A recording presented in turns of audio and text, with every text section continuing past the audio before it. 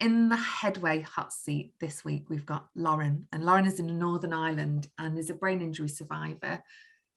Lauren, talk to me about your brain injury and how it happened. I sustained my brain injury in 2012. No one's sure how it happened. I got told I was unlucky, which was kind of an understatement, really. I felt a little bit more than unlucky. I had like a bled into the skull, and obviously because of the pressure then that was in the skull, I had to have a craniotomy to release the pressure. But because it was such a sudden incident, it was an emergency surgery. I was rushed in, and I was in a coma in ICU in hospital. That was an extremely serious incident. What happened next? Well, this bit's kind of hazy, really. I can remember snippets of being in hospital, and it just seemed like they were it was like if I can go to the toilet by myself, I was all right to go home. So they were kind of waiting for me to go to the toilet by myself. And then I can remember feeling like I did want to go home, but I wasn't really aware of what had happened. Nobody ever mentioned the word traumatic brain injury to me, even though it's all in my hospital notes. I've since requested my hospital notes and I've seen that that's what happened, but no one ever mentioned those words to me. So I just went home thinking I was okay. I'd had an accident and I was fixed, and all I'd need was a good night's sleep, and then everything would be okay again. And it was only the subsequent months following my discharge from hospital that I began to realise that things weren't quite as easy as I thought they were going to be. I struggled. I got very highly anxious. I was traumatized. I was grieving from the loss of myself. I felt like I'd lost myself. I'd disappeared. I was extremely fatigued. I couldn't see properly. Lots and lots of little things that people pre-brain injury, even myself, I probably would think, well, that wouldn't make much of a difference. I wouldn't miss that. But then when it happens and you can't string a sentence together, or you can't find a word, or you can't cook a meal anymore, it has such a huge impact on your life and who you're worth as a person. And I had to kind of deal with building back my worth and seeing myself differently and building a new life with this condition. But it was extremely, extremely difficult. And I think it was probably one of the darkest moment of my life. And I had no external support apart from my partner, but he didn't understand what was going on either, because he was never told anything. And so we were kind of just fumbling around in the dark, really, trying to just figure out what was going on. And I was very anxious, and it got very desperate. It was a very desperate situation. How long did it take you then to realise that these were the symptoms of brain injury?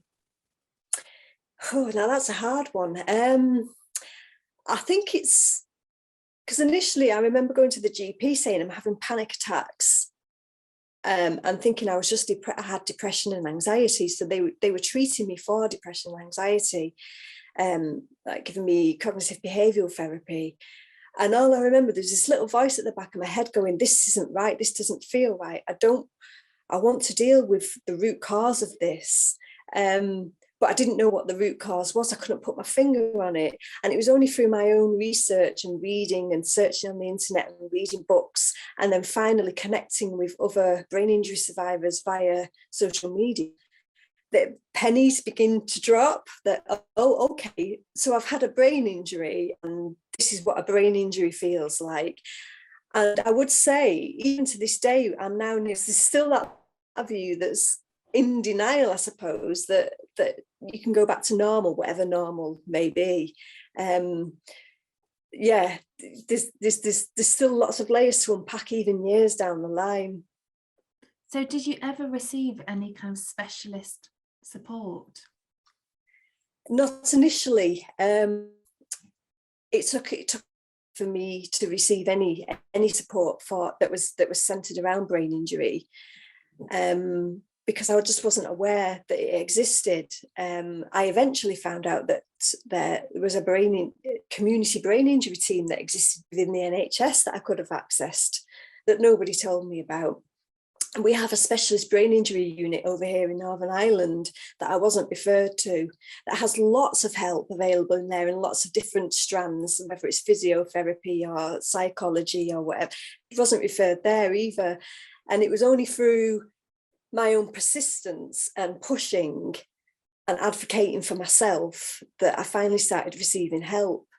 But to do that work on top of recovering from brain injury is extremely exhausting, frustrating, and quite soul destroying, because it does make you feel like you're fighting a fight all by yourself and there's nobody there to help you.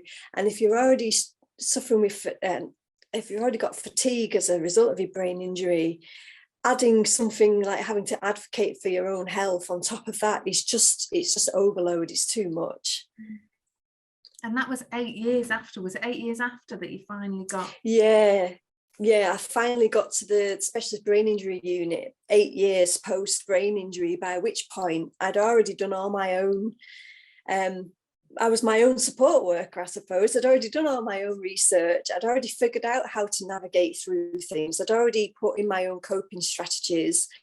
So it just felt like a bit of a waste of time, really, because by that point, I was well into the swing of it. I knew what was happening. I knew how to mostly work around what was going on. And it just seemed like, I remember when I got the appointment, I kind of laughed, because I just thought, this is 8 years post brain injury. What are they going to do with me now that they should have been doing 8 years ago? So it's quite laughable, really. What do you feel if you'd have been told at the time of your brain injury that it was a brain injury and you'd been given that specialist support? How do you feel your experience would have been different, and why should it have been different? Well, I think if having that label attached to what I was going through would have made it a lot easier to kind of understand what was happening to me, rather than I was just grabbing in lots of different areas. Oh, maybe I've got this, maybe I've got this. At one point I thought I was, I'd gone mad. And so it would have funneled me down a little bit more into, right, okay, I can relax a little bit, because this is what I'm experiencing, and this is a part of having a brain injury.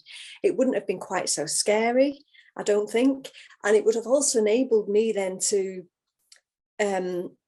find the right support for what I was experiencing, because I could have pinpointed it. This is what it is, and this is what I need to do. So I think it's incredibly important, and I think the delay, and I know it's not just for me, but the delay that a lot of people experience, it's just prolonging their agony, it's prolonging their pain, it's prolonging their time feeling lost and lonely. It prolongs their recovery. I mean, recovery is a long journey anyway, but it could probably be made easier if people can access support age. It would have made a huge difference, instead of feeling like you're struggling alone, if you'd have had a team or a person there to kind of navigate you through it a little bit better. Thank you, Lauren. Thank you for sharing your story, and thank you for telling us how important it is that specialist rehab is there early, and that the brain injury survivor is actually told that they have a brain injury, so they can put all those pieces back together.